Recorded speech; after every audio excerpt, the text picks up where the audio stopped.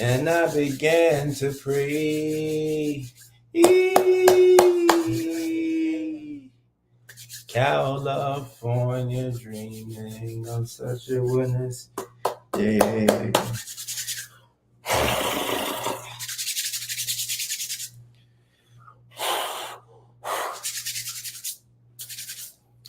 What's going on, everybody? What's up? What's up? What's up? Welcome back to another episode of the Late Night Show, Dr. Kojo. I am your host, Dr. Kojo, and we'll be talking about four ways. This is eight. 4 ways to manage mood swings. Not 8 ways, but there are a lot of ways to manage your mood swings. But we're gonna talk about it. We're gonna talk about it tonight. Welcome everybody who just saw me on TikTok. Talking directly to you all after this live stream. I'll be on TikTok and give you all my full undivided attention. But for everybody else, it's good to see you all for the first time today. I'm excited that y'all are here. Go ahead and use the comment section to introduce yourself. Let me know where you're checking in from, and then we will get going. I'm checking in live from the heart of Texas, based out of Los Angeles, California, from Ghana, West Africa originally, if you're unfamiliar with who I am and what I do on these platforms. So I'm excited to get into it. And let me look at the comment section and see who all is here. All right, so I dropped my little thing, my blurb about me. Emily, how are you doing? Emily is part of the community. We know her over here. She's been doing really well. I'm super proud of Emily and her story. Y'all in the comment section get to know Emily. She's pretty dope. John, what a name! His name is John Morant. What's up, John Morant? How are you doing? Sydney, Australia in the house. What's up, Sydney, Australia in the house? We got Ray from Indiana. Ray, how are you doing? We got Jamie from Ohio. Jamie, what's going on? We have Ignacio in the house. Ignacio. Let me slow down so I can pronounce your name correctly. How are you doing? Aquia from Virginia. Aquia, how are you doing? How are you doing? We got my folks from TikTok. TikTok, welcome. Lauren, Moles, MOLZ on TikTok. I appreciate you. I wish we could have the TikTok comments also come on the StreamYard screen. So my TikTokers, y'all are not being left out. I see y'all and I appreciate y'all. Aiden from the UK on TikTok. Emily from Quebec. Heather from Michigan. Sarah, okay. Also Indiana. So looks like this live stream is going out to everybody in the state of Indiana, and I'm not upset about that. Claire, how are you doing? We have Mandy representing Canada, Ottawa. Ottawa, a very cold place, but a very cool place too. Hi from Seattle, Washington, on TikTok. How are you doing? The name is Heather. Heather, I've learned a lot from your content, and I feel accepted. Well, Heather, in this community, everybody's accepted. Everybody's accepted, and we all have common denominators. So, for example, tonight the topic is managing mood swings. I'm going to give you all 4 ways to manage mood swings, and you have to keep in mind that managing your mood is a life skill. It's just as important as like swimming. Not all of us can swim, but it's just as important as driving, learning to fend for yourself. If you cannot manage your mood, you will have a lot of issues in this life.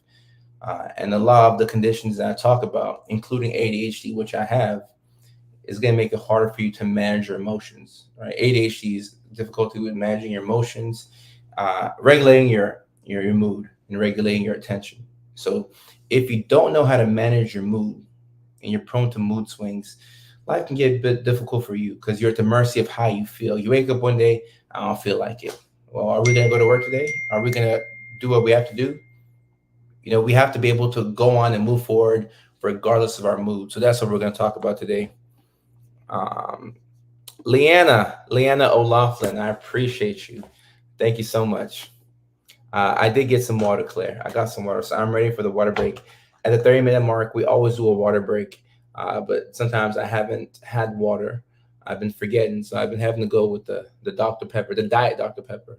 But I got water today. 20. Oof, it's too cold out there, man. It's too cold. My apartment block sewage drains blocked up. Feel nice to feel nice to flush again. That's what's up. Leanna, I wish I could clone myself too. But no, there are a lot of mental health professionals online who make great content. I'm not the only one. So I won't gatekeep, but there's a lot of great people who make content, and they have a lot of the same goals that I have. So that makes me very excited. Cameron, what's going on? Cameron Miller, how are you doing today? Manny, thank you so much.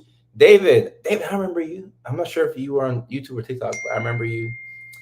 Let me put this sound off so that way it's not. Okay, all right, cool.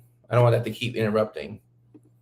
Carl, how are you doing? Emily, what's up? Or is it Emily or Emil?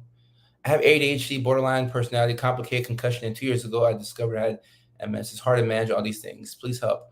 Well, Emily, I'm going to help you out today. Okay, we're going to talk about 4 ways to manage your mood, and you have to understand that not being able to manage your mood leads to a whole lot of other issues.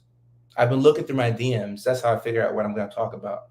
And somebody was talking about impulsive spending, and I was like, oh my gosh, I still struggle with. I have a team of people who help me out, so it's not as bad. But I still do struggle with impulsive spending. And as I was looking through my DMs, I realized that money management, it's attached to your mood, how you feel in the moment. A lot of people who gamble, you put out your parlays. I really think that I just have a feeling that Mahomes is going to throw for 300 yards. Let's put that in the parlay. I feel like Kyrie will score 35. How you feel dictates everything that you do. You're on the road, you're driving, you got road rage. You honk at somebody, get into a fight. I mean, people lose their lives over things like this. So managing your mood affects every single part of your life. It's so important. We don't realize money management, interpersonal relationships, your performance at work, how you treat your kids, how you treat your parents, how you treat your spouse, how you treat your friends. It all is based off of how you feel in the moment. It's so important. It's extremely important. Uh, Retail therapy, right? The ADHD tax is very expensive. And I personally know about this. How you treat yourself, Claire. That's facts. How you treat yourself. How you treat yourself. And the ADHD tax, I'll specifically say that is something that a lot of us with ADHD struggle with. And I think I mentioned it before online, or if I haven't mentioned it, somebody asked me if I take medications for ADHD. I said that when I graduated school and I first started working at Eastern State Hospital in Virginia, forensic psychiatry, it was so complicated. I went back on the meds that I was taking on in school. Once I moved to California and I figured out social media, I stopped taking it. And then there was 1 month, a couple of years back, I think December 2021 or December 2022. Either way, I lost $8,000 that month from just not turning stuff in.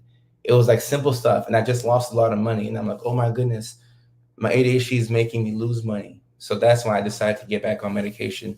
And for people who want to, it's a personal decision. I'm not going to force anybody to take meds or, push it.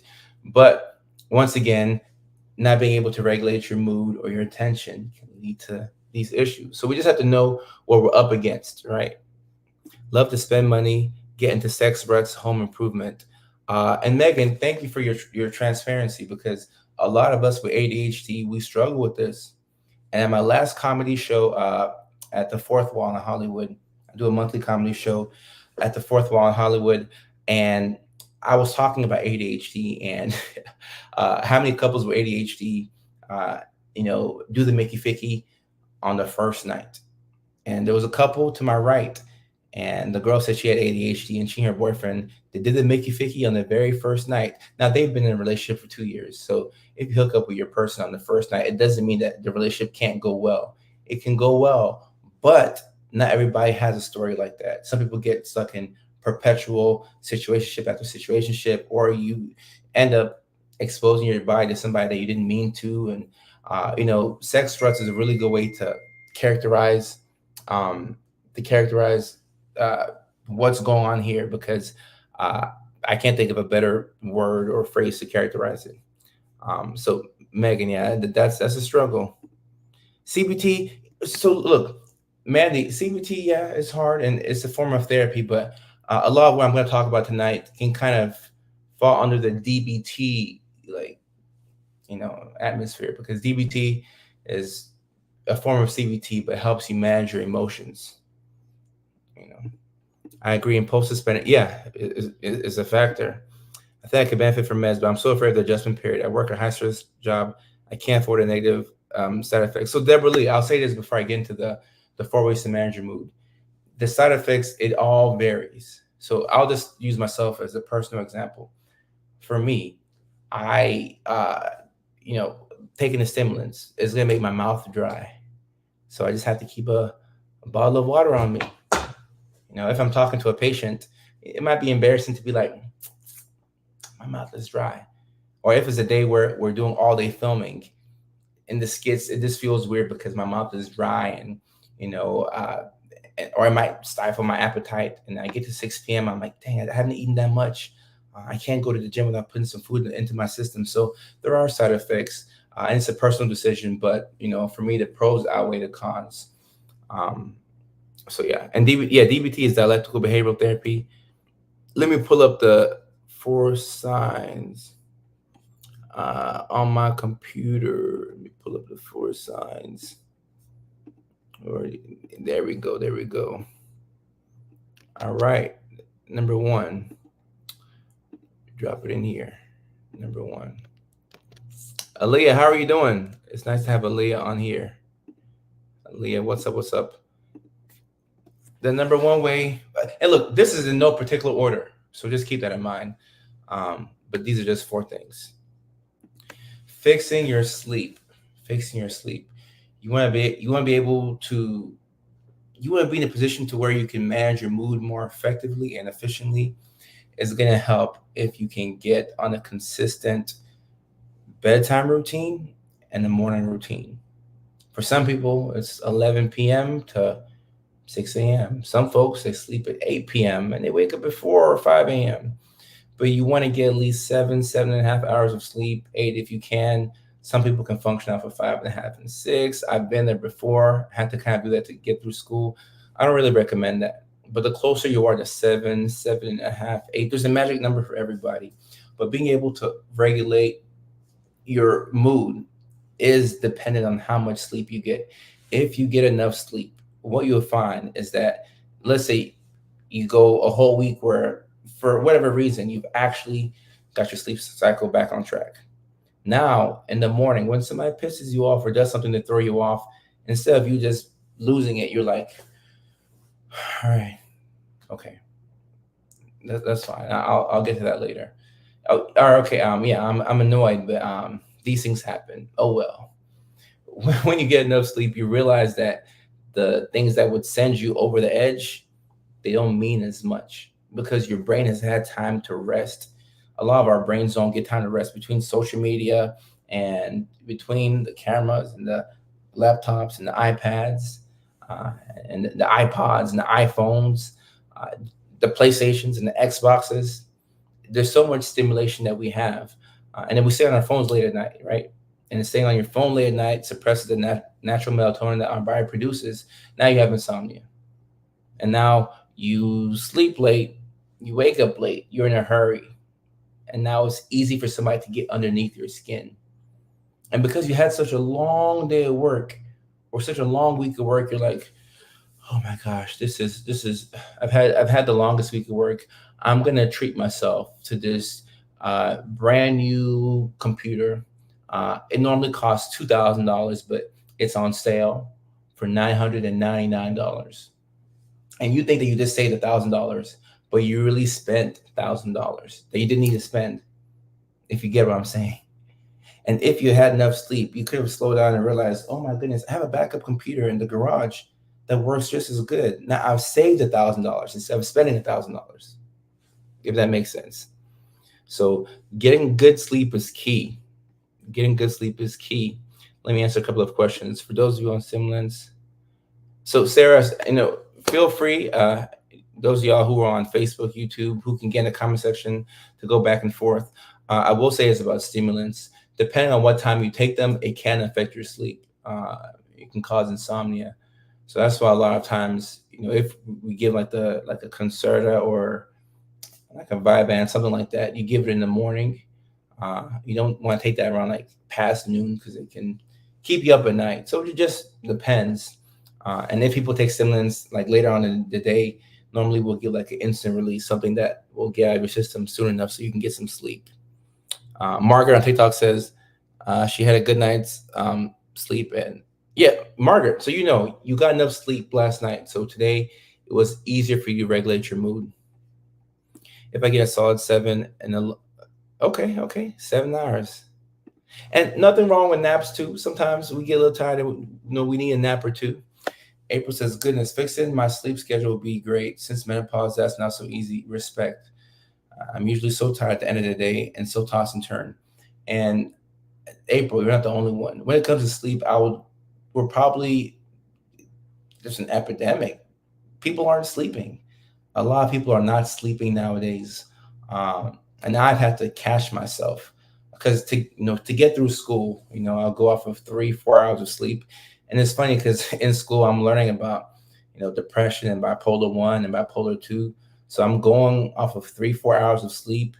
I got a double shot espresso. I got a Red Bull in my left hand. I got Adderall in my system. And I'm asking myself the whole time, I'm like, oh, is this a manic episode? Am I manic? Oh no, this is it. I'm finally manic.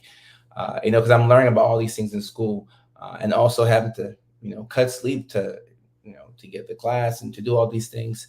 But now, I've realized that there's no excuse for me to be up late at night, doing what? Playing MLB The Show on PlayStation, you know, trying to go back and forth with my brother to beat him in Madden. I'm 31 now. I officially suck at Madden. I can't beat the young guys. Let me take my butt to sleep. I got patience. I gotta help out. I need to get it together. I gotta get it together. Uh, and overstimulation. Take mine twice a day. Yeah, yes. So the stimulants, yeah, you don't want to take it too late. You don't want to take it too late. Hormones can also make it harder to keep your mood in check. And Christina, this is exactly why I tell people to go to your doctor, go to your provider, and if one thing doesn't work, don't be afraid to ask for something else, because sometimes I see this all the time. One thing was awful, and then the next thing was amazing, and now the quality of your life is so much better. Wise mind was taking the off the cuff emotional response. Maddie, I like that. I like that. I like that. So we had this comment already. When I'm manic, I can't. So Emily, every Manic episode that you have, theoretically, not maybe not for everybody, but with each Manic episode, and especially with a full blown Manic episode, the more you have it, like each one, it knocks down your IQ just a little bit. I've seen some studies that say that kind of shrinks your brain. So a Manic episode does a lot to your brain. So you want to catch mania as soon as possible, and do your best to treat it. But a lot of times you're going so fast, you really can't remember everything. And yes, I've been trying to play when the new game comes out, NCAA Football 25. For about a week, I'll dedicate my life to that game. I'll give it everything I have. But once once the young bulls get past me, and these guys stream 8 hours a day, so at some point I have to give up my throne. Well, actually, there is no throne. I'm not good at those games anymore. um yeah, and yeah, we will talk more about mania, but that's why, even if you're having a Mac episode, the quicker you can kind of stunt it, or just kind of the quicker you can take care of it, the better. That's why having people around you is so important. People who know that you're entering into a Mac episode. Somebody who could be like, "Hey, let me get your credit card. Let me get your credit card. How much sleep have you gotten? What are you doing? Let me make sure that you're not doing things that will put you in danger." Exercise is one of the things. It's one of the things. Emily, yeah, for a lot of people, your Lamictal, and your lithium, or your Depakotes, or your NAC, those medications are game changers, life saving too. All right, now the second thing to do to manage your mood swing: exercise. And Alexis, we'll have a live stream where we talk about nightmares. Technically, it's therapy that's the best thing for it, but sometimes, your psych doc will give you medication like Prozocin, um, or something along the lines of, you know, medication like that. All right, S, thank you so much. I appreciate that. If you look good, you feel good, and you can regulate your mood better. All right, and Carl, so your comment here is very timely. Lack of MJ seems to make it worse. So in the beginning, and if you've been keeping up with my tea break series, yes, if you've been using, THC every night to help you sleep, once you stop, you probably will struggle to sleep in the beginning. Yes, it will be rougher. It will be rougher. And if you're using it for mental health purposes and you stop, your mental health could take a nosedive temporarily. So I understand that. And when it comes to avoiding substances, if you want to manage your mood, it's very key to, and maybe not give up, weed and alcohol forever, but in a time of your life when you have to make some big decisions, or you might be in a moment of your life where managing your mood is so much more important because you're in a season of your life where like a lot is on the line. I would say, to the best of your ability, if you can avoid substances, that would be very helpful. Because what the substances do is that it actually, there's a reason why you use it, brings you to the present. So for the time, the same way that Klonopin, whatever, like would make you like mellow out, and you chill, and like you're numb, you're just kind of, you're subdued. The same way, Xanax and Klonopin would help you out. Alcohol does the same thing. It brings you to the present, and the social anxiety is gone. You're feeling all happy. Marijuana, it can bring you right back, into that present moment. But what you will find is that these substances, they alter your mood. So, you're high, you're drunk. Now you're in the best mood of all time. You're making promises you can't keep. You're overcommitting to a lot of things. You don't account for the crash that can come afterwards. Right? The crash that comes from when the alcohol is wearing off, the weed is wearing off, the nicotine is wearing off. And these substances, they alter your mood. And what they do is they block out negative emotions. And when your negative emotions are suppressed, it's going to be hard for you to take steps to make your life better. Because the negative emotions are a catalyst to make your life better, right? You go through something you don't want to go through again. You're like, all right, cool. This was an awful experience that I've learned. I'm going to put the steps in place and I will never experience this again. But if you're going through a hard time and you just smoke it away, you're just delaying your problem, to another day. And for the time being, it can make you feel better. But when it comes to your decision making, and look, I got on the news about almost 2 months ago, and I was telling ABC7 Los Angeles that, hey, if you have a family history of schizophrenia and or bipolar disorder, you might want to be careful with things like marijuana because it could increase the risk of psychosis and it could send you into what looks like schizophrenia. If it's substance induced and you stop a substance, the voices can go away. But for some people, it actually leads into that first psychotic break. People were mad at me in the comment section and they're saying, oh, stop talking about the plant. Stop talking about the plant. Stop. And I said, hey, I am not telling people to stop using because there's some evidence that does suggest that, THC could be helpful. And with alcohol, there's not much to really justify it. But, marijuana could be. But if you're watching this, I want you to just ask yourself, the decisions that you make when you're high, are you proud of those decisions? Do those decisions reflect who you are as a human being truly?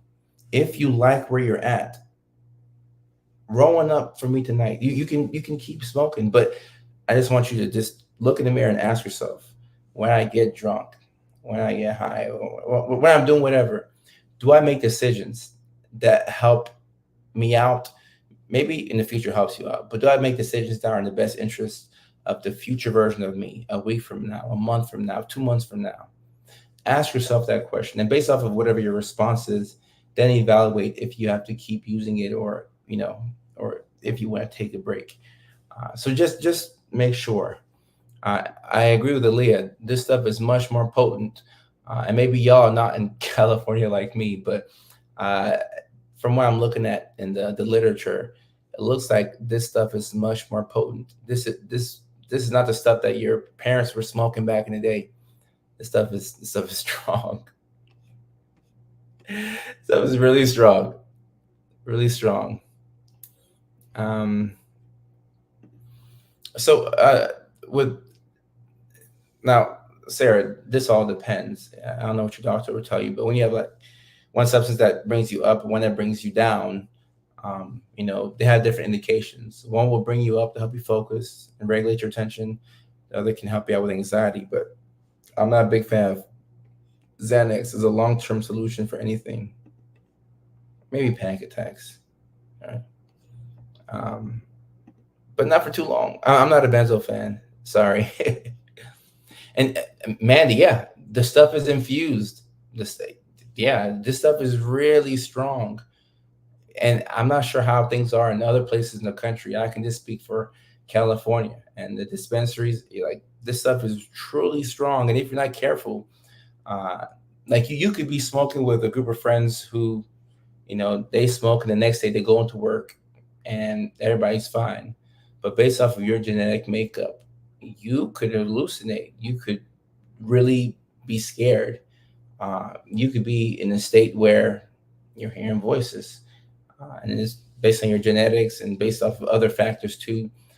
So just keep that in mind. Just keep that in mind. That's all I'm saying. My family's pro cannabis, so I'm not getting the best support quitting.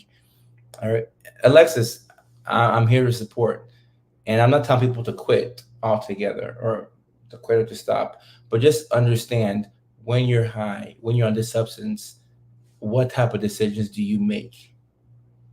And if you really sat down, and I'm not sure my book, because I gotta get some more copies of my book, but in my book there's a mood journal, and I mean you can buy a mood journal on Amazon. But if you write down if you track your mood and you say, okay, I did this today, I felt this way today. Oh, I ate good foods, I got a lot of sleep, I was drunk and high all day, I was drunk and high all weekend. Track your mood and see, you'll see that the way you feel dictates a lot of your behaviors. And this is a life skill. Look, as adults, we're figuring this out. If we can teach our kids how to manage their mood and regulate their emotions, that's a huge key life skill. That's huge. That's huge. Claire, I'm not a fan of benzos, but out of the benzos, I like things like Klonopin and Valium that have a longer half life. I second that. The Mary Jane psychosis. My youngest son died by suicide. April, very sorry to hear that. Sorry for your loss. He struggled with psychosis, and he came out in therapy that he had a psychotic episode in one of his early trials with it. He struggled with psychosis, and I know it impacted his decision to end his life. Be careful out there.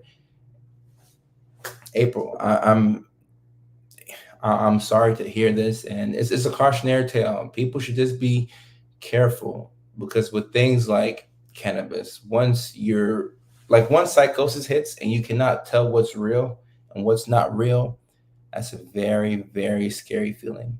It's a very scary feeling. And hallucinations can be present. Sometimes there's something that we call command hallucinations. A lot of folks hear voices, and sometimes voices will, you know, be saying things, but other times voices will be telling you things, bad things about yourself, maybe happy things about yourself, or telling you to do certain things. And when you realize that you're not in control of your body, that this is a very scary feeling. But I'm sorry for your loss. Yeah, I second what Emily said here. I take Seroquel. The dosage has gone up from 2 to 6. Now I'm not anxious anymore, but I give less crap. Oh, so you give less crap? What do you mean? Like whatever? Like you're like blah? Like you're apathetic? And if you want to stop taking the Seroquel, I mean, you have to talk to your doctor. They're the only ones who can wean you off of it. Because you don't want to stop taking these things without talking to your doctor. Nobody on the internet, including me, don't listen to any of us. I mean, I wouldn't tell you what to do, like with your Seroquel, but if you're taking 200 milligrams of Seroquel, like you don't want to just stop it. You should talk to your doctor, and they'll take you down 150, 150, 25, and so on and so forth. Let me see. And we're approaching the 30-minute mark. So the 30-minute mark, that means that it's time for the water break. And I'm going to drop the other two tips on how to manage your mood. Um, Margaret on TikTok says she's finally cleaning her house with this space. Keep in mind that while we're going live, this is the perfect time to body double. So even if you don't have ADHD, while we're live, you should use this live stream as a way to get some stuff done. If you gotta get the clothes folded, the clothes they took out of the dryer 3 days ago that are still sitting on your bed, now's the time to get them folded. Those dishes in the sink, now's the time to get them washed. You know, do some vacuuming. Like we can get some cleaning done while we're on the live stream. It's like you feel like you're killing two birds with one stone. All right, Libby, what's up? What's up? Your Wi-Fi's tripping? Uh, Blake, you are completely correct when it comes to this. All right, cheers, cheers, cheers, y'all. Let me get loose, crack myself. All right, get some water in.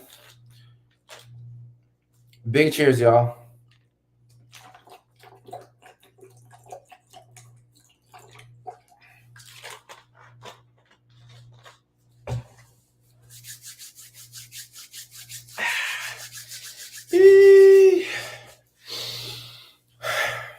I feel refreshed. Oh yeah, we need water breaks. You know, we forget to drink water a lot of times, so it's a good time to re-up on that water. Kayla says, Kayla, what's up, by the way? I smoked weed from 15 to 27 and stopped when I had a seizure. Ooh, wow. I will say that my depression was worse with weed than it is without. Anxiety too. Haven't smoked since 2012. And Kayla, this is what I say. Just for everybody who is using, because some people they say they benefit from the weed, and that's fine. But just make sure that you can evaluate your relationship with the substance, and if it's helping, okay, cool. If it's not helping, and you have to make a change, don't be afraid to make a change that can dramatically improve the quality of your life. Michaela, I'm happy you got here too.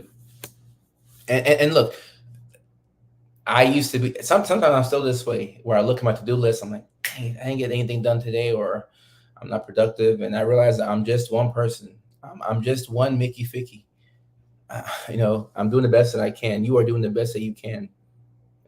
So we're doing all that we can.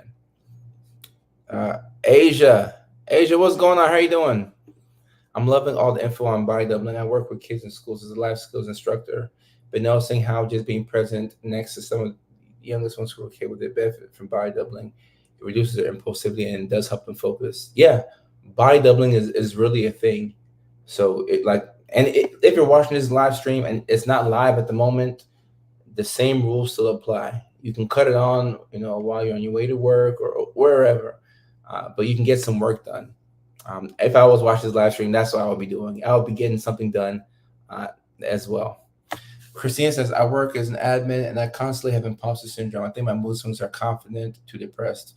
More of self-confidence swings than anything. I hate to bring gender into it, but being a girl with ADHD sucks. Christina, I'm not a girl with ADHD, so I cannot speak on the experience. I'm a guy with ADHD, but our experiences are different. So you just need your experiences to be validated, and I can tell you it sucks. The ADHD paralysis, sitting around and thinking about what you got to do but not doing it, but you're thinking about it, so now you're depressed because you're not doing it, and then the whole day flies by you, and you're like, "Damn, I didn't get it done. I'll try tomorrow." And you try tomorrow, and you'll get anything done as well, and you're like, "All right, I'll try Wednesday." And then after a while, you learn that you are reliable because you're not getting things done, or your brain will tell you that you're not reliable, and then it just turns into like a cycle of depression, and it's not fun. It's not fun. That's why you have to have a community. And here in the comment section, and if you're on Facebook, you should be able to click somebody's picture. For example, you can click Mandy's photo. Mandy, if you don't want friend requests, you can deny them. But you can click Mandy's photo and then click it and add her, and she can become a friend. And I think it helps having people who can validate your experience. Libby, she was in special ed classes, and she wasn't diagnosed with ADHD until 31. I was in special ed too as a kid, and I got diagnosed at 26. Sarah saying she was 45. Somebody was 42. Yee, Mickey, Ficky. Yeah, and women with ADHD have to wait longer. And I would argue that it might be some women who are watching right now who have ADHD, but they don't know it. You know, they're maybe misdiagnosed with something else. 41, 40, 46, 53. We could play this game all day. 48, 6. Okay, so somebody had a good psychiatrist. 53. My mom fought. Well, your mom was a fighter of the year, right behind Mike Tyson. Bree had two diagnoses. 47, 39, a few months. 33, 42. Like this is a thing.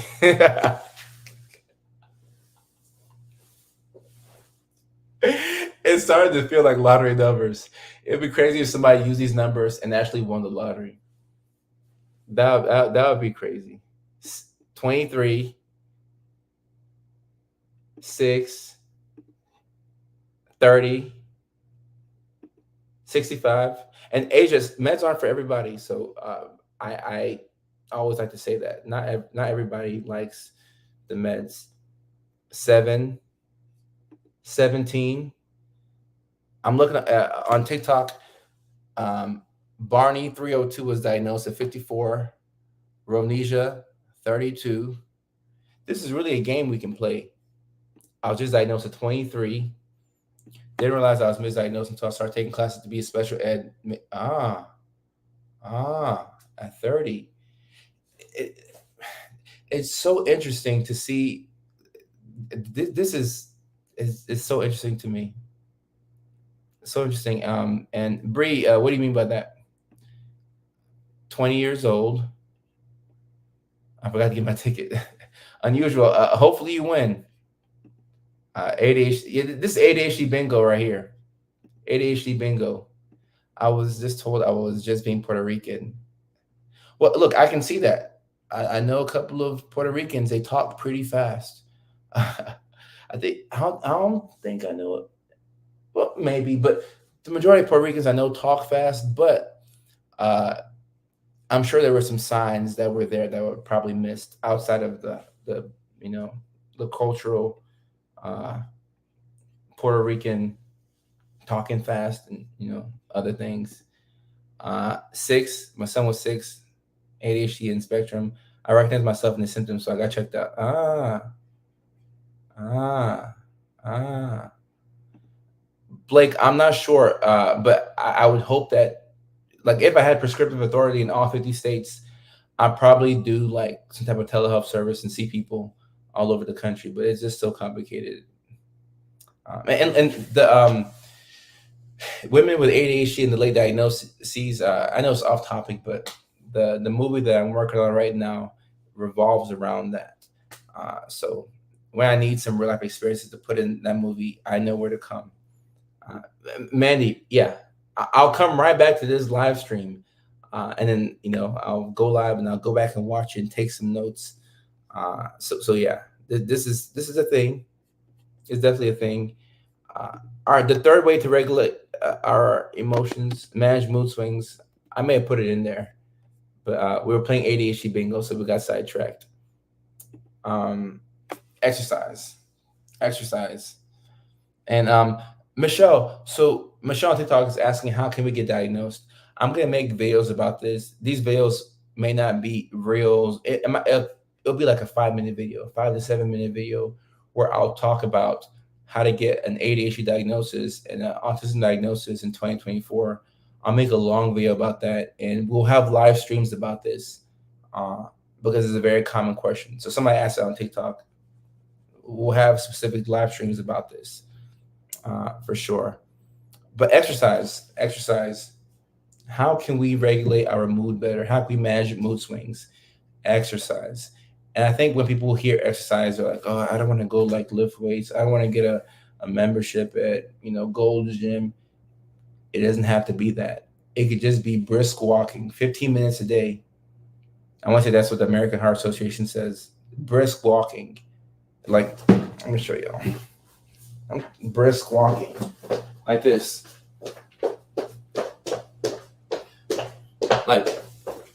like as if I want you to walk as if you're in the parking lot and you see somebody's talking to your crush and you want to go and break up the conversation. That's how fast you should walk. If somebody's talking to your crush in the parking lot of a Best Buy, you're not gonna sit there and be like, oh, you're gonna walk fast. Hey, you try to disrupt them, but brisk walking for 15 minutes, that counts as exercise. We don't have to do too much. We ain't gotta do too much. Brisk walking. Now, if you like to go lift weight, I like lifting weights and stuff like that. But if you can at least walk, gets your body moving, you feel better. When you go for a long walk and come back in the house, you're able to calm down. You can make a better decision. It's much better to go for a walk than to make a bad decision.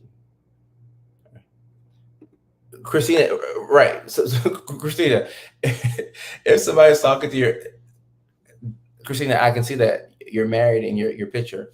So let's say there's a girl in the parking lot at the Best Buy. She's flirting with your husband, and she's like, "Oh, what type of Sony camera goes with these speakers?" And she has like her hand on your husband's shoulder, and you're so pissed off. You're like, "All right, I gotta go break this up right now." At that point, you might be running, but that type of walk, that should be how you should walk for 15 minutes. That's good exercise for you, Christina. Run away from my problems. All right, Aaliyah, same thing. Same thing. Claire, you can use a suit if you want. Uh, Anything that will help you walk. Anything that will help you walk. Christina, you gotta go fast. Gotta go fast. Trying to steal your husband. They're trying to steal your crush. So a brisk walk, a nature hike, exercising will help you regulate your emotions better.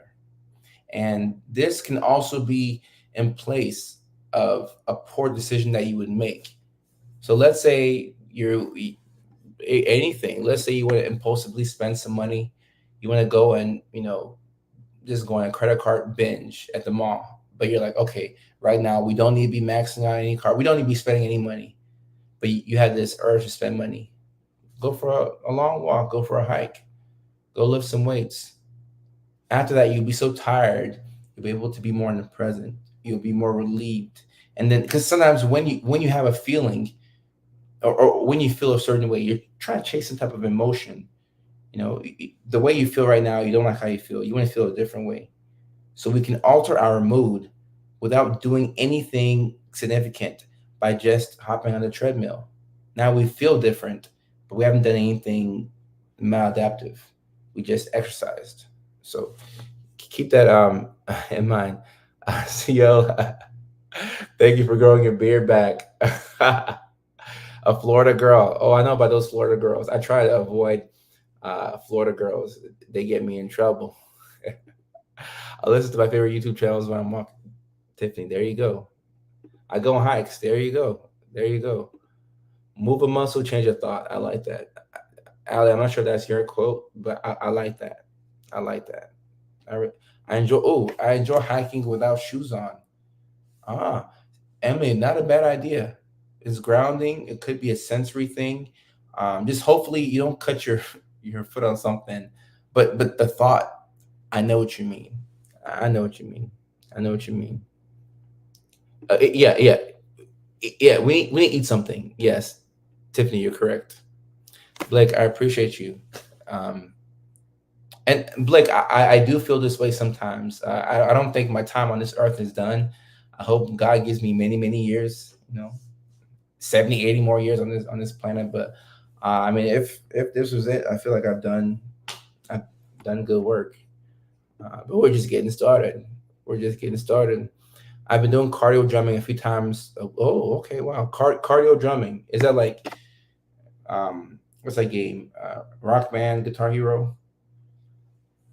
I think I'm not sure if that's what you meant, but I remember I used to play that game back in the day. You would have like Rock Band, and I'll play Everlong. I'm like, dun, dun, dun, dun, dun, dun, dun, dun, dun, dun, dun, dun, dun, everything. You ever feel this real forever? But I'm talking about like cardio, drumming, anything to get the body moving, break a sweat. Essentially, that's what I'm saying. Tiny Brown, and you're an amazing person too. Sorrel, thank you so much. Uh, yeah, I'm happy you're in the live stream. And question with scissors suit. Yeah, we need an outlet. Let them think of. I have cut my foot on rocks before, but okay, all right. So Emily, okay, cool. Because that's my first thought. Okay, if you hike without, because depending on where you're hiking at, but I mean, you know how to fix it. So yeah, maybe like light socks, something like that. And Bree, thank you so much. These comments mean the world to me. It really means a lot. It really means a lot. And I know, I went to California and Hollywood to do a certain thing and to get the message out there. But just by the community that we built online, like I have everything that I need within this group of people. So you all mean a lot to me. I really appreciate y'all. Yoga, ball, and tub with John. Deliverance prayer. Yeah, prayer is key. Prayer is key. My mom would agree. I agree too, but prayer is key.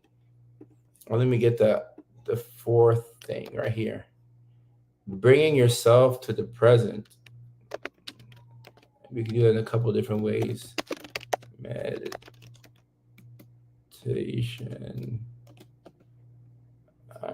You've taught me so much about ADHD and BPD. Tiny Brown, I appreciate that. And yeah, these things I learned in school, I never thought that it would be of use outside of the hospital. So, I mean, now I look back at everything we've done online, and I'm so grateful to all of my, my preceptors, my teachers, and every, nurse tech, nurse practitioner, psychiatrist, everybody who helped educate me back at Augusta University and East Central Regional Hospital. Even going back to my days of West Alabama, everybody who's poured into me, I'm just super grateful for that. Super grateful for that. Pulling my ankle weights. Mandy, going for a walk with ankle weights. Look, you're using this stream to body double. You're getting exercise in. Now, after this live stream, whatever decision you make, Mandy, is probably going to be a better decision than what you would have made like 45 minutes ago.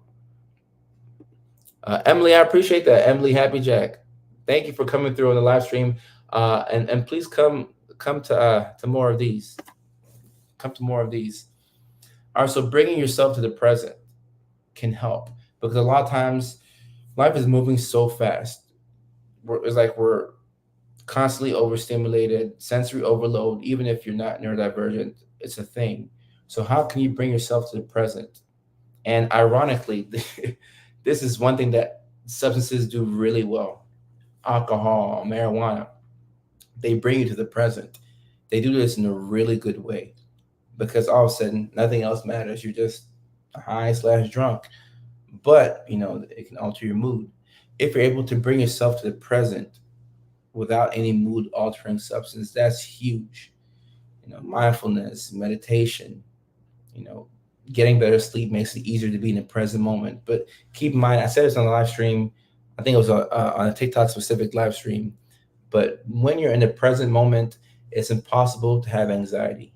So for the 73 people watching me right now, live on Facebook and or YouTube, if you're watching me right now and I have your full undivided attention and you're hanging on my every word that I say, in this moment, both you and me, we're both present. So there's no anxiety right now. Now, maybe in 30 minutes or an hour from now, we can feel anxious. Maybe tomorrow we'll feel anxious, but right now there's no way you're anxious, because you're immersed in this present moment. So you are no longer anxious. I hope that makes sense. So if you can bring yourself to the present, then you're not your brain's not all over the place. Like you're right here with me, right here, right now. I hope that makes sense. So if you have to make a decision, but your brain's here, you're thinking there, and if you can bring yourself a bit closer to the present moment, you're more at ease, you're calmer, you're less anxious. In fact, you're not anxious, at least at that particular moment. Now you can make a decision that best represents you and what you want to accomplish. So the hard part is getting to the point where we're actually present. And I've struggled with being present. I just realized I've struggled my whole life, probably an ADHD thing.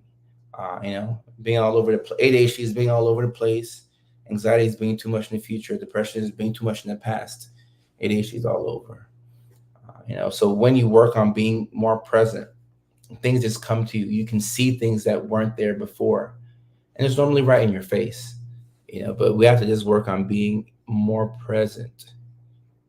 Maddie, I do believe that limiting screen time helps with being present, and it's difficult because we have 7, 8 screens going at one time. But yeah, this would definitely make things better. Let me ask you this question real quick. What's the best piece of advice a stranger has given you that's helped you yourself grow or regulate yourself outside of your formal education? Sorrel, so right before I moved to Los Angeles, a family friend of mine, he gave me some great advice, which I wish I would have listened to sooner. But he told me that, your energy is kind of like a Wi-Fi connection. So be mindful of who you give your energy to and people that you let get close to you. Because like with Wi-Fi, when there's 2 or 3 devices connected to it, it goes super fast. You're able to game, you can download things at a high speed. But when there's 25 devices attached to one router or one Wi-Fi connection, everything goes so much slower. You're slowed down. So what Mr. Rodney was trying to tell me, that's my neighbor's name, Mr. Rodney. He was trying to tell me that be careful who you let into your inner space because they can slow you down. And initially I didn't listen, but now I know. So now I practice that religiously. I'm very mindful of who I let into like my personal uh, ecosystem. Really good question, by the way. Really good question. I fast for 2 weeks off social media. Yeah, that can be very helpful. And we finally have, uh, we're going to have studies that talk about social media in a couple of years. And I'm very interested in seeing what it says. I would not be surprised if the American Psychiatric Association in 5 years from now recommends like a 2 week social media break every now and then. Hey Amanda, what's up? What's up? What's up? Boredom gets me in trouble.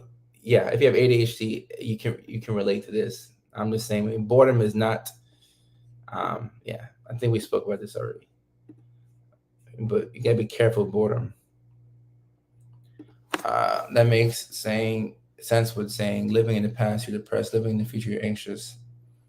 There's such a fine line between anxiety and excitement when it comes to our personal progressions in life that is often blurred completely for me. And look, Blake, anxiety can be good. Like if you have a big event coming up, you're going to be anxious. So anxiety can be good. It can be debilitating as well. But anxiety, if you're naturally anxious, people who are naturally anxious live a bit longer because you're always on guard. So you catch things that are not right within the environment. It's just that anxiety can progress to irritability, agitation, and paranoia at the highest level. But you know, some level of anxiety, it's natural and it's going to be there. As someone who's been recently struggled with avoidance through social overwhelm, that's beautiful advice. Sorrel, thank you so much. I hope you have a great night, and thank you for asking that question. Let me see. Tea break for. Oh, did you? I'm not sure if I posted part 12 and 13 of the tea break series. Uh, I missed one. Oh, you missed 1, 2, and 3. Uh, the first tip for managing your mood swing was fixing your sleep cycle, sleep wake cycle. But getting your sleep back on track is number one. Number two is avoiding substances. Number three is exercise, and number four is bringing yourself to the present. I wasn't sure what you were talking about. Look at some of these comments. Sarah, that's funny. Good limit. Uh, gonna live forever because you have anxiety. Yeah. So look, anxiety. You're you're you don't want to get rid of all anxiety because it does keep you alive. But when you hear the word anxiety, I think we're thinking about panic attacks and GAD. That's not what the goal is. But a little bit of anxiety, we will all have that. Just remember that fear only exists if you let it stop you. If you push past it, you're actually feeling this courage. Cherries, I like that. I like that, cherries. I'm too funny for myself. I do the five name. Yeah. So this can be helpful. It can help you stay present. So name five things I see. I'll do it right now. I see a smart water bottle. I see a DJI like sound thingy. I see a Sony camera that I'm looking at. I see a coffee maker behind it, and I see what's this? A CVS cup. So those are the five things that I see. Let me see. Um, Smell. I think it's four things you smell, or I forgot how it is. Five, four, three, two, one. But what do I smell? I smell air. Like I smell air. I'll strike out on that one. Uh, Three things I hear. I hear the air conditioning. Uh, I hear. Um, I hear somebody talking in the hallway. I hear, um, you know, my shoes clicking when I do that. And then, okay, that was the last one. The five is also for heavy panic attacks. Yeah, yeah. When you're having a panic attack, if you're able to bring yourself to the present and ground yourself, that does help with it. That's if you're able to do it. Oh yeah, yeah. I hear my voice. It's my five thing. I recite. Oh wow. Okay. Oh, I recite song lyrics or lines from my favorite movies. Okay, I like that. I like that. Five senses, good practice while driving. It is, Lisa. As long as we can keep our, you know, as long as we can keep our eyes on the road and actually drive. All right, so with these last 5 minutes of the live stream, go ahead and drop any question. Well, let's do it. Yeah, we'll start doing that. We'll just do random Q&A for the last 5 minutes. Uh, Margaret said, "Me expecting to live forever." And Randy, I don't know if you're still watching on TikTok, but I did not get your message. Where did you send me the message? Uh, I mean, on what platform? If you let me know, it'll be easier for me to find it. Christina, anytime. Singing and reading aloud can help you calm down too. Yeah, and also that melodic, flow. Singing your favorite song. I mean, that's why I do. You know, I get a little stressed. I start singing, some Bob Marley, NBA young boy, something like that. Foo Fighters, to get me grooving, to get me going. Let me see. Any tips on combating ADHD shame? Uh, so I'm not sure what shame specifically you're talking about, but what I would say is, the three things that you're most embarrassed about with ADHD, write them down, and then take small steps to conquer those fears. So if number one is having to take medications, write it down and then work on becoming more confident with having to take medications or letting people know that you take medications or the embarrassment from showing up to places on time. How can we show up to places on time? Can we switch the time in our car? Can we put on multiple alarms? Shaking up your ecosystem to account for some of the deficiencies that you have can be helpful. That's so hard for me. I've had to get off the highway and park somewhere to walk around my car. Oh wow, Ozzy, wow. Well, Ozzy, respect. Thank you for sharing this. I think it'll let a lot of people know how debilitating anxiety can be. But I mean, you're not alone. It's the most common uh, mental health condition, at least in the United States. Anxiety. What are my big plans coming up? Yeah, so Christina, this movie, I already put out the like a small short film. It's on my YouTube. It's the pinned video on my YouTube. Uh, that's the movie I plan to put out, and I'm not sure we're still recording it. The majority of the recording will be done in Los Angeles, and some of it will be done in New York City. But yeah, so we're working on that. It's I guess it's indie. I don't have any money from like big investors, so I've had to pour all this money into it myself. But I mean, I'm excited. It's something I want to do. I talked to my parents like this doesn't make sense. Like invest for like this. I'm like, Mom, I got that under control. But this movie will come out and it'll be very. Um, I want it to be a comedy as well, so I'm excited for that. I'm not sure when the movie will come out because filming is something that I'll need help for. It's not just like I roll around with my camera. Like you have to have a DP and a key. It's just very complicated. So there's a lot of very talented people who are out of work in Hollywood. So once I know like exactly what I need and like we have like timing and stuff set up, I would love to be able to bring them on and get this movie filmed. I'm still working on the comedy. We have a monthly comedy show in Hollywood. The next one is April 27th at 8 p.m. at the Fourth Wall. And then also I have a comedy show July 11th in Atlanta, Georgia. I'm looking to have one in Dallas. I think this month, I think or next month, and then some in New York. I don't control my schedule, obviously, so I need to ask John, my assistant, to tell me what's going on. Um, Let me see. Yeah, yeah. Anything, Ciola. My friend has FND. I'm trying my best to understand it. Why is it more psychological than neurological? This is a really good question. And my uh, knowledge on FND is limited, but I know I spoke to a neurologist about it, and it was interesting because we were talking about a particular patient who had FND. I think this is a diagnosis that you kind of arrive at after you rule out other things. If you're a neurologist in this chat, let me know if I'm on the right track. But there was a particular patient who um, he would do fine, but whenever he would get into an environment that reminded him of trauma, he would have all these physical limitations that weren't there before.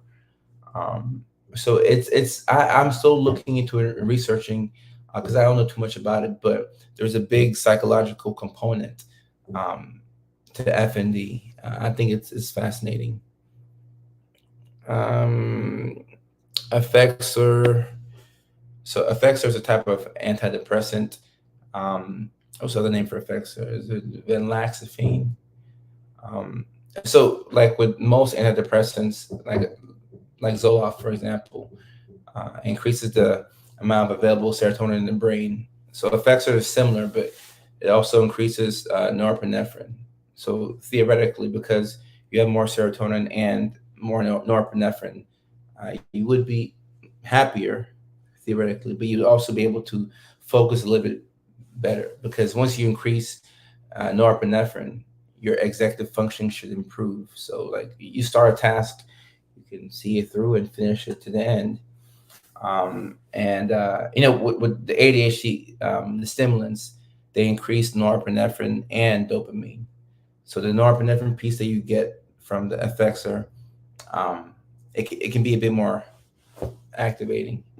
I have no shame about ADHD. I'm so glad I finally understand myself, for I've struggled with most of my life, feeling different than my immediate family.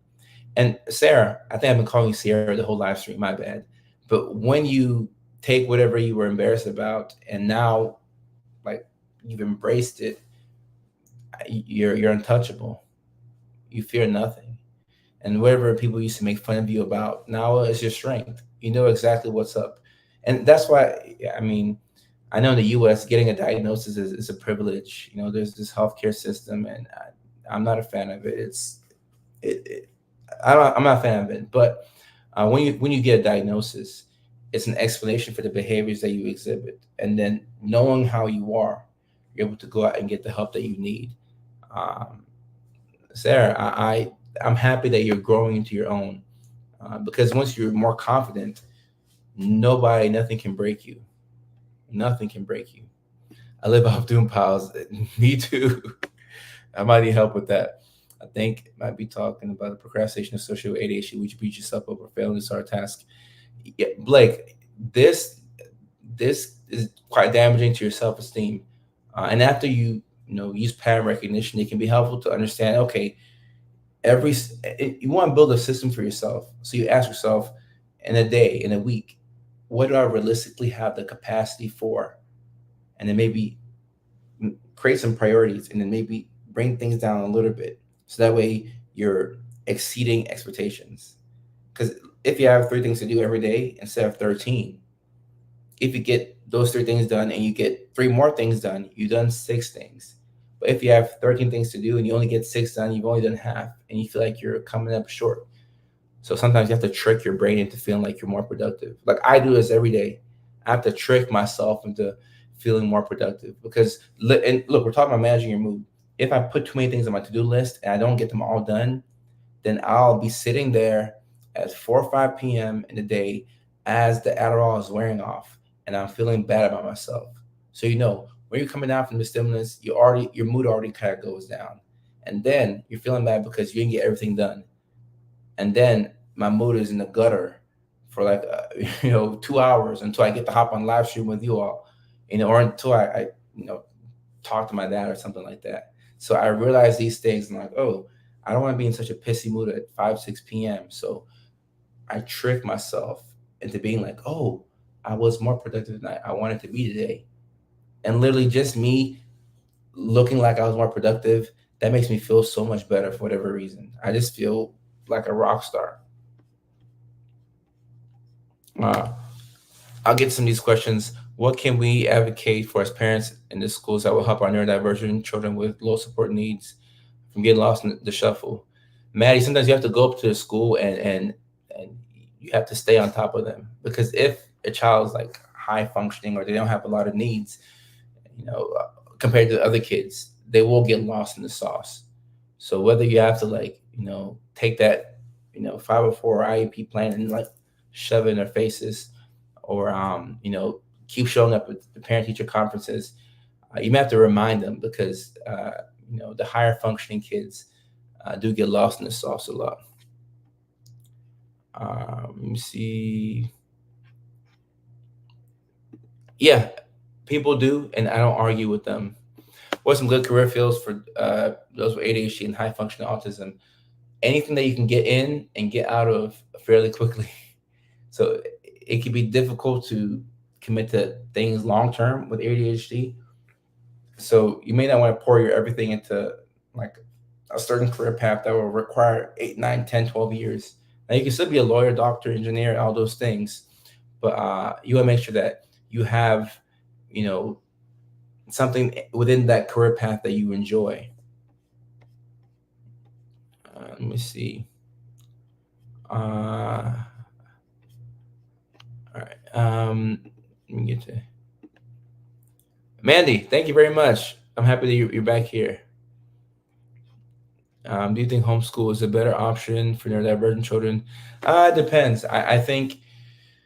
I mean, it depends. Like if a child's getting bullied so much and things just don't work out, potentially, but the more interaction socially you can give a neurodivergent child, the better. You might have to limit it so they don't get overwhelmed. But loneliness is something that neurodivergent kids struggle with at a much higher rate. And I think if you're homeschooled, it might be easier for you to be reclusive and not connect with people. It depends. Jacob, I appreciate you. How often do people get misdiagnosed if they truly have issues they don't actually have? Indigo, it makes sense. People get misdiagnosed every single day, and I'm sure I've done it before. And that's why I say, if you've been misdiagnosed, there's nothing wrong with going back to your provider and saying, "Hey, can you tell me why you gave me bipolar 2? Can you tell me why you said I have ADHD? Or can you just explain why you think I have anxiety? Why did you prescribe Effexor for me? The other doctor gave me Zoloft. Why did you give me this one? Why did you give me risperidone? The other guy gave me Zyprexa." Like ask them those deep, in-depth questions, and they know the answer, because it's their job. They have to know the answer. Whoa, funeral director. Wow. Wow. I never thought about that. Okay. Okay. Somebody on TikTok says, medicine doesn't solve anything. I'm a PTSD survivor and won't work frontline.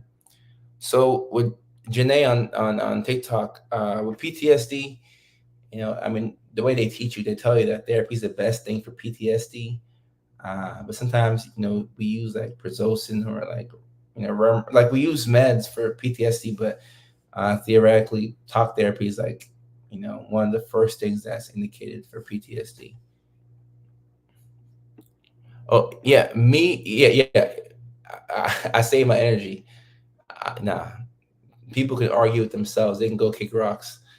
I gotta save my energy. Never compare yourself to others. Yeah, comparison is a thief of joy. And you can still be a funeral home director. I mean, it's just never something that crossed my mind. But people die every day, and we need people to help. Families who have lost loved ones. To allow their loved ones to transition, and yeah, you will be needed. I can agree. I just never thought of it, but I can agree.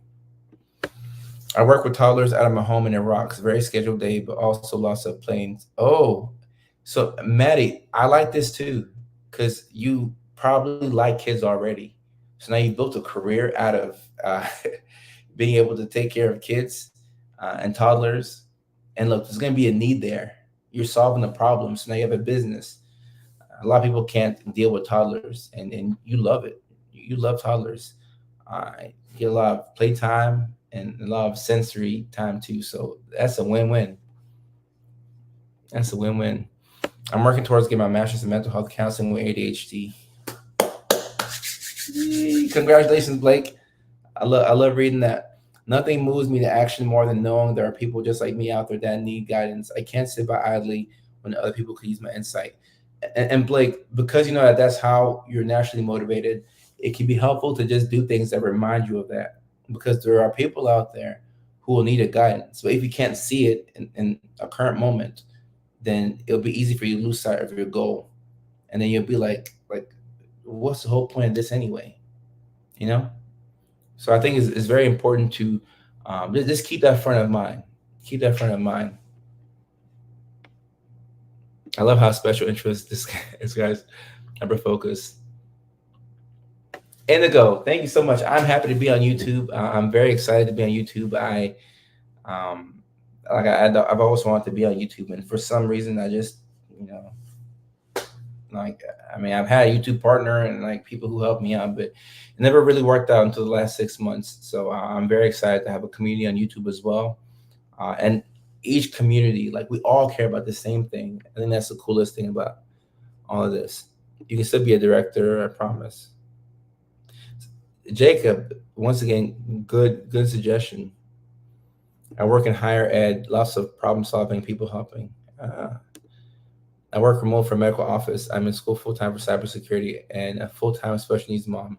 So Sarah, I like this a lot, and I wish more jobs were flexible. Maybe not everybody can get the setup that you have, but if you're a special needs mom, you know that your child has certain accommodations that, you know, that's priority for you. So being able to work from home is something that might be a requirement for anything you do. So it's so cool when things just work out. That's super dope. I do nonprofit work helping people recover from narcissistic abuse. I like that. And isn't it funny how all of us kind of do something that helps out people, you know? And for me, whenever uh, it's funny because I think back. I remember when I left. Quick story, and then after that, I'll go on TikTok Live because I told my TikTok Live community I will give them undivided attention because we can't get, they're not fully combined here. But I remember when I left Virginia and I stopped in forensic psychiatry to move to LA to do social media full time. I was at a point in my career where I was burnt out. And after the fact, I realized that I wasn't burnt out by the patients. It was never the patients. It was just like the system and, admission, like, just hospital stuff. And I realized once I got to LA and I was just sitting around doing nothing, that a big part of my self-esteem comes from helping other people. So, obviously I was making the videos and that was allowing me to feel that. But whenever I wasn't making videos or like I took a small break, I was like, something feels like it's missing. Like, that's a big part of how I feel good about myself. Like I know that I'm bringing value to the world because something that I put out is helping out people. So that's the benefit of helping out patients. That's the massive benefit of being able to make a video that helps you connect with, millions of people all over the world. I think that's it. I know it's been what 4.5 years since I've been doing this, but I still cannot wrap my head around the fact that this is happening. Like um, Maddie, like I don't know who Maddie is. Now I do. Now she's part of the community. That's super cool to me. You know, Cherry's Jubilee. That's super cool to me. Super Mario. Are neurodivergent women more prone to experience hormonal related mental illness such as PMS, PMDD? Yeah, yeah, yeah. The answer is yes. The answer is yes. The answer is yes. And speaking of PMDD and ADHD, there's a link there for sure. So knowing this allows you to be kinder to yourself because it's rare that not rare, not rare, but it's not uncommon for somebody to have ADHD and another condition.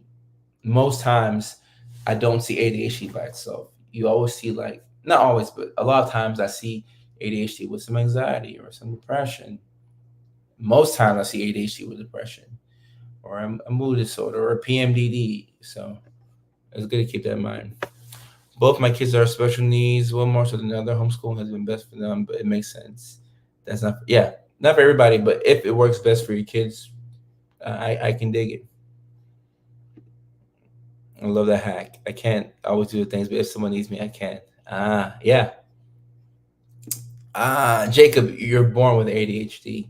That's what I believe. So, but people normally the youngest that most people diagnose is like 6 or 7. Psychiatrist was just bought out by a bigger company. He literally saved my life multiple times. He has not given up on me. He took 2 years to finally help me make the right cocktail. Ah, I like hearing that, but I don't like hearing the fact that he left. No one can help me come anywhere close to him. I don't know where to start. I have too much to figure out before I need refills. Lisa, I wish I could solve this problem. Uh, I've got to, you know, put some, you know, something together. Talk to some friends. I mean, I have friends in this space, but there's got to be something we can do to, standardize like mental health care across the U.S. But this does suck when your psych leaves and you have to find a brand new person. Uh, it's a challenge. It's a challenge for sure. Savage, what's going on? How you doing, Savage? Does ADHD come from mother or father? Good question. I'm not sure if it comes from mom or dad. It comes from somebody. It comes from one of them, mom or dad. But it's genetic. It's coming from some or grandparents. But it's coming from somebody. From somebody. All right, let me click this and then I will get off of here and then we will come on TikTok. I'm about to be on TikTok in like 5 minutes. So if y'all are going to bed, cool. If not, we'll be on TikTok and we'll be playing some music, keeping the mood light. I'm a pharmacy tech for 5 years. I feel so many different meds for people. I have yet to be diagnosed, but I know I need something. Where to start? Uh, Taja, is that how you say Taja? Taja, I think that's how you say it. I'm gonna make. I said I'm gonna make a video about this. I have to make like a long form video. I don't think I can get it in 60 seconds. Uh, but I'm gonna make a video about this about how to get diagnosis. Um, so many factors involved, like your insurance, who's in network, and I think of a feasible and a practical way that people can actually get diagnosis. Um, so something I'm thinking about. I'm gonna have to give it some thought. Obviously, I will tell you, Google psychiatrist near me and look for a psychiatrist or a nurse practitioner or a physician assistant who specializes in psychiatry who can prescribe the meds for you. And you can Google that right now. But will it take your insurance? How long is the waiting list? If you're in Wichita, Kansas, and there's only one within like a 55-mile radius, is there somebody in Topeka or is there somebody in Oklahoma City who has a Kansas license. It's they make this so complicated. I don't even know why. Um, Look, I got questions myself. Uh, so I'll have to make a video to concisely like explain all this stuff. Take care, Kayla. And yeah. Gene testing can be helpful for some people. It might not be practical, but it can be helpful for some people. Jay, have a good evening. Asia, thank you so much. I really appreciate you. And by hearing and hearing by for sure. Our superpower is resilience. Maybe all right. So all right, it's been an hour and 20 minutes. All right, I'll cut it here so that way I can go live again tomorrow. Because I keep telling myself I want to do more frequent lives, shorter in duration. But then I come out here and I'm here for 2.5 hours.